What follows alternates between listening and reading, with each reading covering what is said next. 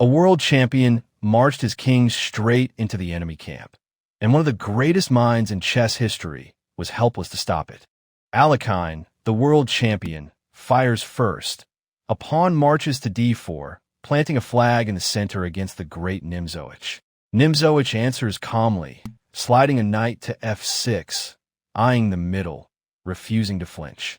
Out comes White's knight to f3, quiet development, both giants still circling. Black stakes his own claim.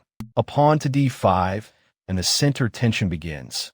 White strikes the flank with a pawn to c4, the queen's gambit, daring Black to grab it. Declining the gambit, Black plays a pawn to e6, building a solid wall and freeing a bishop. Up comes the second knight to c3, piling pressure onto that d5 square. Bracing the center, a pawn lands on c6, a rock-solid setup that won't crack. One bishop swings to g5, pinning the knight, leaning hard on Black's position. Calmly, a knight develops to d7, untangling, keeping everything connected. A modest pawn to e3 opens a lane for White's last bishop. No rush, just precision. Suddenly the queen darts to a 5, pinning Alekhine's knight and adding a little venom. Now it cracks open, a pawn captures on d5, forcing the issue in the center. Recapturing, the knight grabs d5, sitting proud on a beautiful central square. Breaking the pin, the queen steps to d2, calmly connecting White's pieces. Black's other bishop slides to b4, doubling down on that pinned knight. Quietly, a rook glides to c1, lining up like a loaded gun on the file. A pawn pokes at h6, asking the bishop to commit. Refusing to trade, the bishop slips to h4, keeping the pin alive. Finally, the king tucks away, Black castling to safety. Both armies fully loaded now. Watch this. Alekhine's bishop snaps to c4, aiming straight at Black's kingside. Black strikes. The knight captures on c3, smashing into White's structure. Recapturing with the pawn on c3, bishop pinned, pawns doubled, sparks flying. Out jabs the bishop to a 3, hitting White's rook, refusing to sit still. Sidestepping, the rook swings to b1, eyes already on the b file. Black punches the center, a pawn to e5, prying the position wide open. The bishop drops to g3, aiming down a long diagonal at Black's king. Tearing it open, a pawn captures on d4, daring White to take back. White takes back on d4.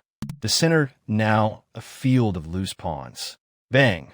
Nimzowicz's queen crashes into d2 with check, dragging the most dangerous pieces off the board. The knight scoops up the queen on d2.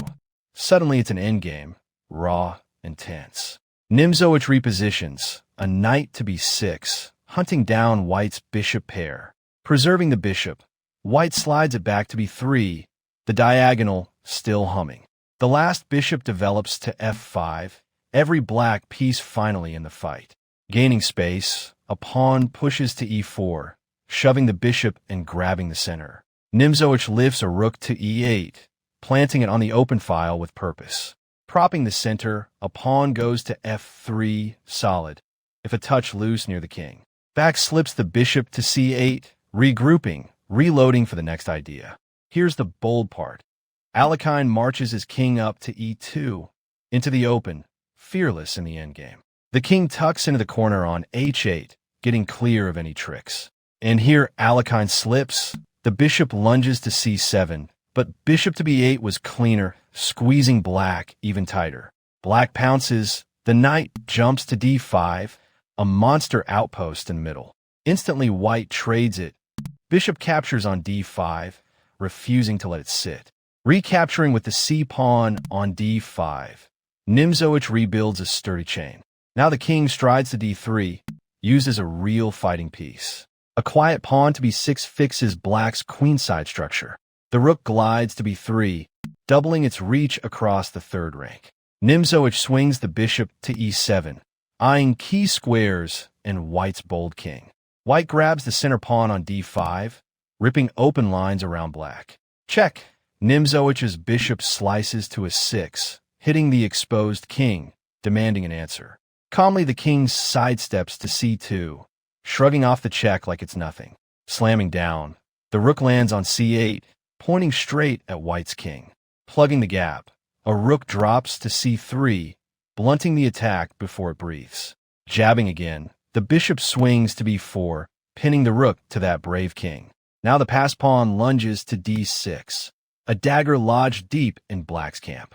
Cashing in, the bishop captures the rook on c3, grabbing material in the chaos. Right back, the king snatches it on c3. That monarch is doing the dirty work. Black's bishop slides to b5, trying to blockade that dangerous passed pawn. Reactivating, the knight leaps to c4, backing the runner on d6. A pawn to f6 carves out a little air for the cramped king. Probing the flank, a pawn pushes to a4, jabbing at black's bishop. Retreating, the bishop drops to d7, staying flexible, watching that passer. Ramming forward, a pawn hits a5, cracking open the queen's side, gaining ground. Nimzowitsch takes on a5, snapping the pawn off before it gets dangerous. White's knight scoops up a5, hunting on the edge, eyeing black's weak pawns. Defensively, a rook lifts to f7, shoring up the second rank. Repositioning, the knight swings back to b3 for the next wave of pressure. Here, Nimzowitsch errs. The bishop drifts to b5, when bishop to e6 would have held everything together far more firmly. The king strolls to b4, marching deep into enemy territory, totally unafraid. A pawn jabs to a6, trying to slow the king's relentless march. Squeezing tighter, the passer advances to d5, choking black with every step. Nimzowitsch shuffles his king to g8, looking for safety that just isn't there. The knight bounds to d4, dominating the middle, supporting the runaway pawn. Grimly, the bishop retreats to e8, defending, holding on by his fingertips. In comes the last rook to a1, every piece now joining the hunt. Desperately, a rook slides to a8, trying to guard the crumbling queen's side. Astonishing, white's king pushes to a5, leading the charge himself, merciless. This is the crack. Nimzowicz's rook drops to d7, but the bishop belonged there. Now the position collapses fast. The king storms to b6, deep in black's half, hunting pieces like a predator. Scrambling, the rook drops back to f7, but the defense is already buckling. Unbelievable, white's king marches to b7, trampling into the heart of black's camp. Clutching at threads, a rook swings to d8, trying to stop the bleeding. The rook grabs the pawn on a6, peeling black's position apart piece by piece. Still scrambling, the rook slides to d7, always one step behind. Calmly, the king eases back to b6, crushing and in total command.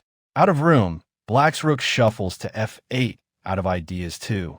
The knight leaps to e6, a glorious outpost slicing through black's frail defense. Trying to evict it, the bishop drops to f7. Dancing onward, the knight hops to c5, always a step ahead. Back crawls the bishop to e8, guarding the same squares over and over. The rook swings to a8, pinning black down, tightening the noose. Desperately, the king edges to f7, hunting for one safe square. Pouncing, the knight snatches the rook on d7. The dam finally breaks. Black grabs the knight back with the bishop on d7, but it's far too late. Slamming the door, the bishop swings to d8, sealing black's fate. Nowhere left to run. The king wanders to g6. The king strides to c7, every piece now closing in for the kill. A last flicker, the bishop slides to b5, resistance in a hopeless cause. Down drops the rook to a5, pinning the bishop, crushing the final hope. Nimzowicz's last slip, the bishop limps back to e8. Bishop to f1 was the only try, and even that was lost. And there it is. Alekhine's bishop glides to e7.